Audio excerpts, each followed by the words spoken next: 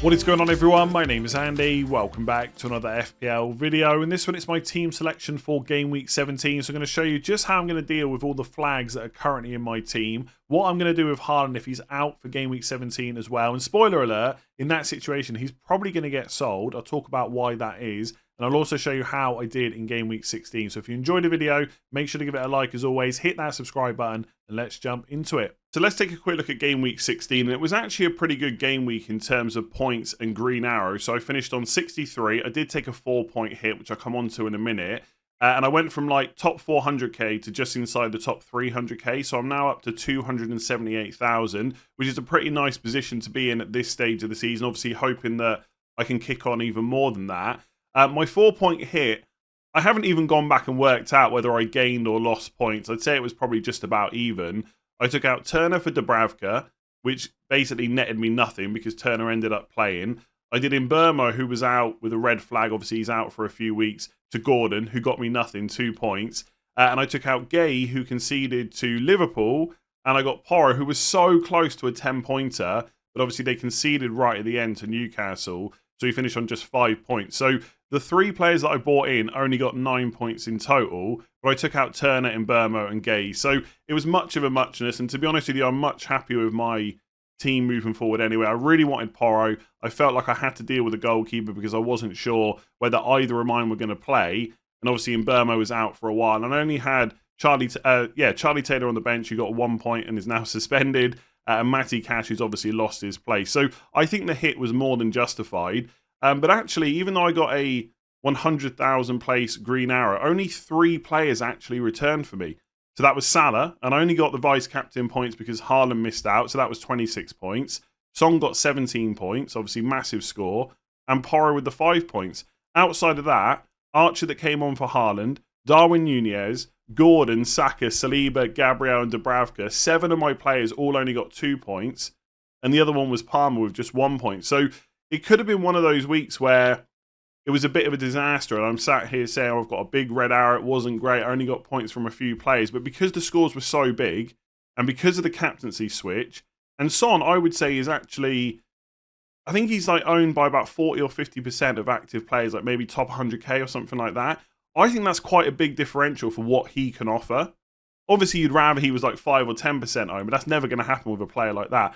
I think that's a really big differential at the moment. Less so this week because lots of people will pile into him. But it's always nice to get that big score before everyone else owns him. So, yeah, I can't complain about the week. It doesn't look great on paper, but I'll always take a green arrow. And to move from like 400k to 300k is pretty decent at this stage of the season. But there are issues starting to crop up. Lots of flags at the moment. Let's talk about them for Game Week 17. So this week I've got 1 free transfer and 1 million in the bank. Now that money is earmarked to do Darwin Núñez back to Ollie Watkins, which I've talked quite a lot about over the last couple of weeks. But given everything else that's going on at the moment, I might not actually need to make that transfer. So potentially I do have a bit of money to play with for Game Week 17. I'll discuss that later on.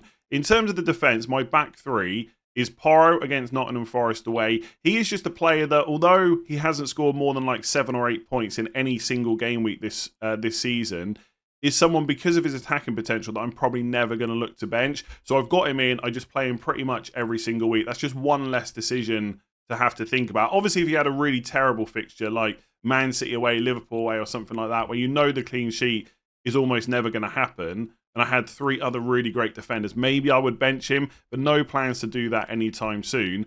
And my other 2 players are Gabriel and Saliba, the Arsenal double-up, which I've played quite a lot recently. Hasn't gone well. Obviously, they conceded to Luton, they conceded to Aston Villa 2 last week. But I think Brighton at home is okay. And I keep coming back to the same point that which other defenders would I even want to bring in this week to play instead of both of them? Because the fixtures on paper, there are some decent ones, like Man City at home to Palace, but then their players blank in Game Week 18. I think Newcastle at home to Fulham looks good as well, but Trippier suspended. I don't really want to swap one of my Arsenal defenders to Fabian Schär either, because I think longer term the fixtures are pretty good.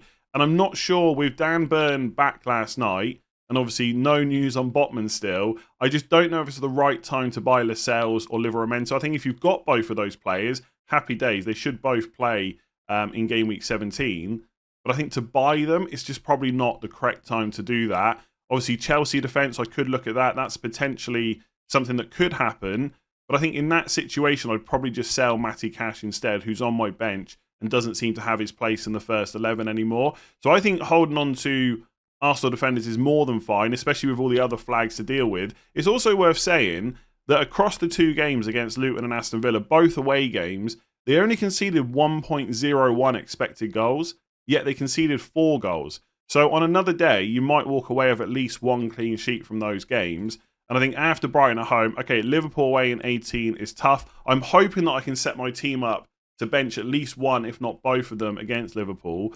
And then after that, you just start playing them again. So I've said this for a little while now. There might have been at some point a chance to jump off Arsenal defenders, but so much other stuff has happened, it's meant I've carried them all the way through. And I don't like having defenders against Brighton because obviously they always find a way to score. It's a decent attack, but it's not the same Brighton team as last season, and Arsenal defence is very strong. So is there an outside shot of a clean sheet? Maybe. On the bench, Charlie Taylor suspended. Doesn't really matter. I probably wouldn't have played him this week anyway. Maybe ahead of one of the Arsenal defenders, but whatever. He just stays on the bench. And then Matty Cash with Brentford away. Now, Cash has lost his place. I do think there's a chance that he starts against Sheffield United at home in game week 18. And if I've still got him at that point, I will hold on to him. I will play him, I should say. But at some point, if I get a spare transfer, I probably will move him on. Now, I mentioned going to a Chelsea defender just a minute ago, and I do think that someone like Colwill is an option. But I got to be honest, if I swapped Matty Cash now, I think I would just go straight to an Aston Villa defender instead, like Pau Torres or Ezri Konsa. Because Brentford away is not so bad when they're missing so many players. I don't necessarily expect a clean sheet, but it's okay.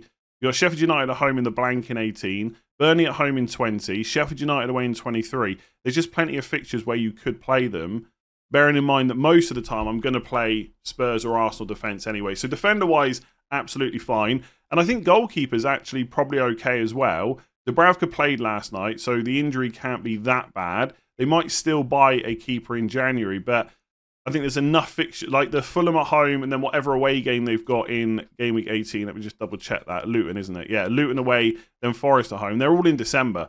They're not going to get a goalkeeper in before that. So hopefully he starts all 3 of those. And by that point, I'm hoping that Areola is back. And he was spotted in training yesterday. So if he's back in the squad for West Ham in their European game tonight, happy days. I've got 2 playing goalkeepers again. Maybe Fabianski keeps his place, but I think it's a possibility, but I think it's more likely that Areola comes back in. So you play Dubravka for 3 weeks, then hope Areola is back. The rotation's pretty good.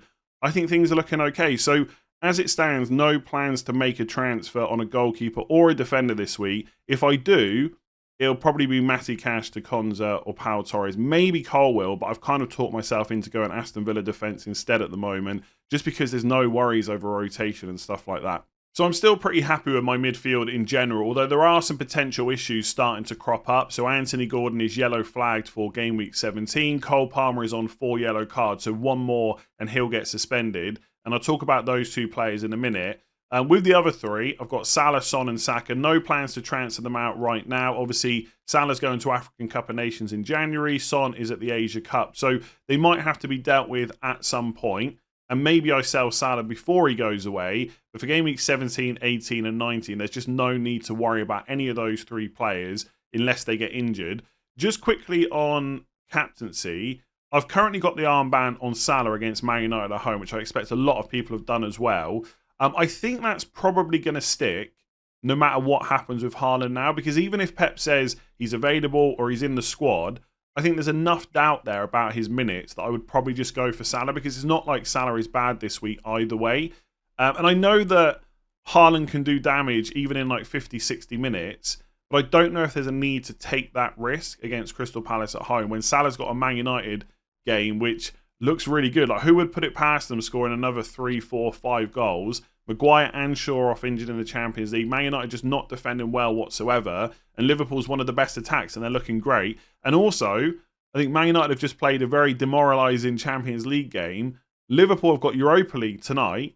And obviously I've not seen that game before I've recorded this video.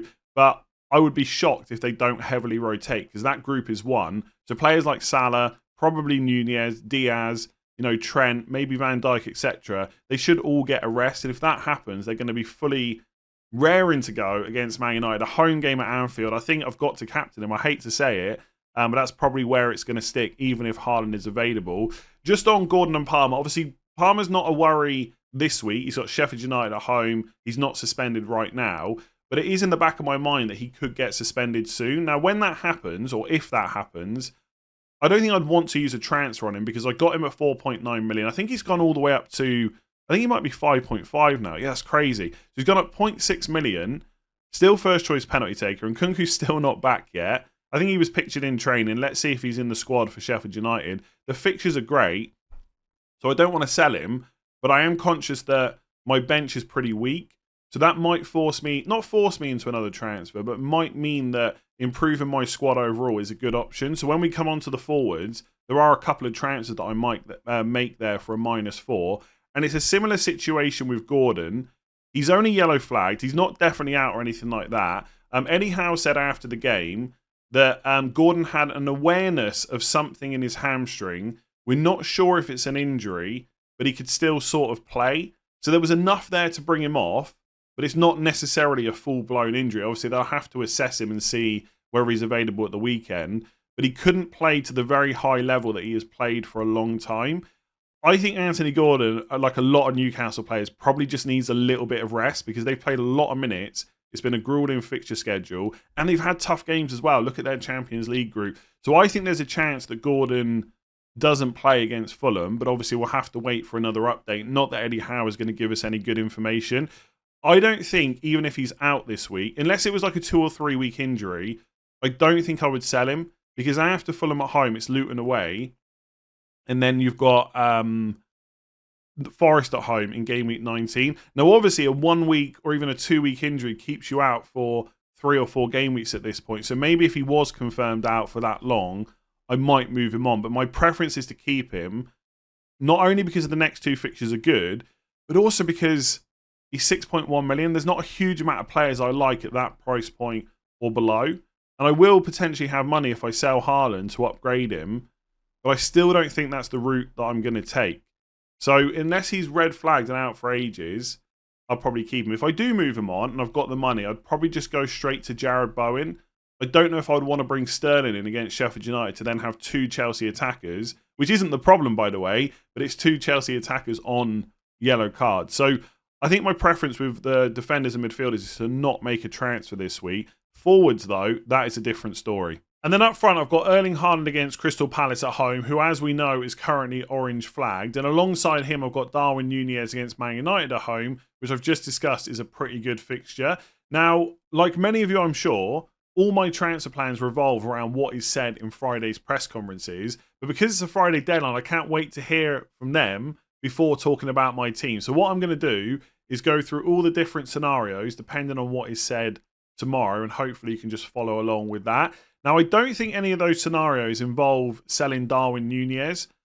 I'd always earmarked game week 18 as the week to go from Darwin back to Watkins, and that is still the plan. Now, if Darwin starts in the Europa League, that's a different conversation. At that point, I'd probably just sell him to Watkins straight away because I think he would then be a doubt to start against Man United. But I'm pretty confident he'll get benched for that Europa League game and then he'll start against Man United. And in that particular case, I'll just hold on to him for game week 17. Even in the unlikely event that all my other players are past fit, so Haaland and Gordon are both fully available, I still think I'd prefer to roll the transfer into 18 rather than bring that move forward, just in case something else happens next week. So I'm kind of okay with holding Darwin for Man United.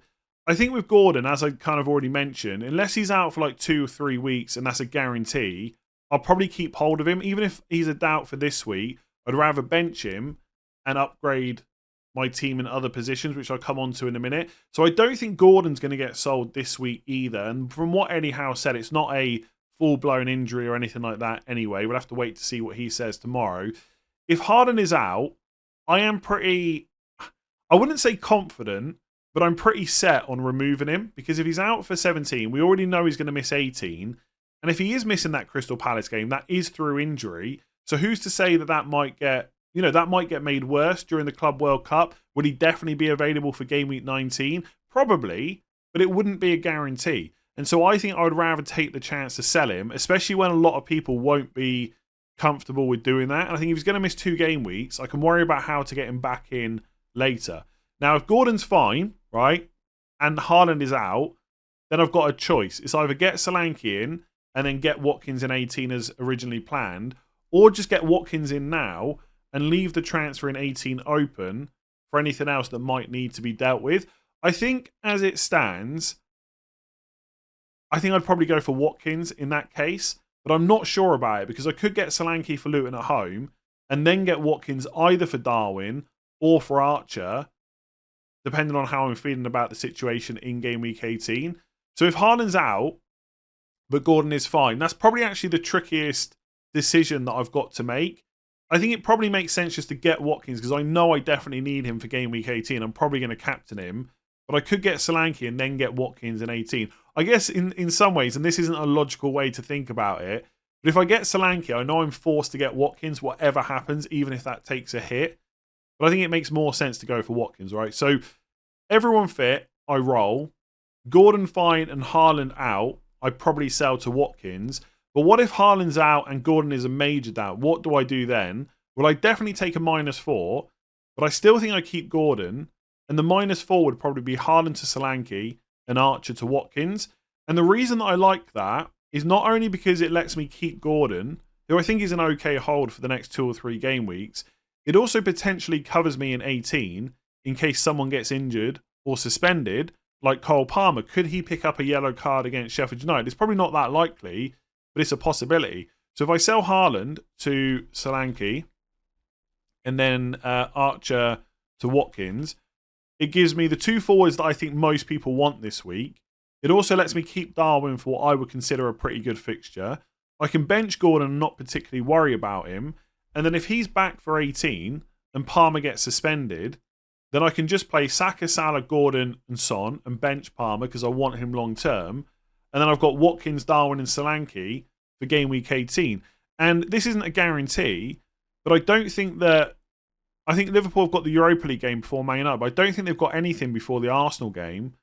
So if the rotation keeps going as it has been, he misses Europa League, he plays against Man United, and then it's 6 days off until the next game, he probably starts against Arsenal as well. Now, if I do that move and Palmer doesn't get suspended and Gordon is fine, then I've got a bit of a benching decision because I've got 8 good forwards.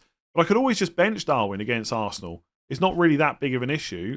And yeah, okay, maybe he gets benched against Burnley and that's not great either. But again, I could just bench him in my FPL team and just deal with him as and when. So I actually quite like that move. If Haaland is out and Gordon is a doubt, I'm pretty sure I'm going to do Solanke and Watkins in. I could, of course, just deal with Gordon, right? I could just not make the Archer move and keep my squad structure as it is. That might be a bit easier to get Haaland in. So I could get, let's just say, Watkins in instead of Haaland.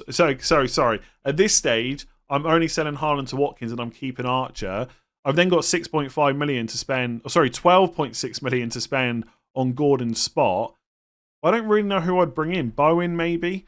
I just feel like the better option is to get Watkins and Solanke and have a better squad. The only other thing to cover is, let's say I do that, how do I get Darwin back? Because at that point, I'm spreading the funds around. And if I do Darwin back out, I've only got 12.1 million to spend, which is miles off getting Haaland back for 14 million. So I think at that point, I would just sell Salah in game week 20. That would be my plan, essentially. If I sell Haaland this week, I'd probably skip him for game week 19 and just pray that he doesn't get a hat-trick or something like that, because I'll captain Salah against Burnley anyway.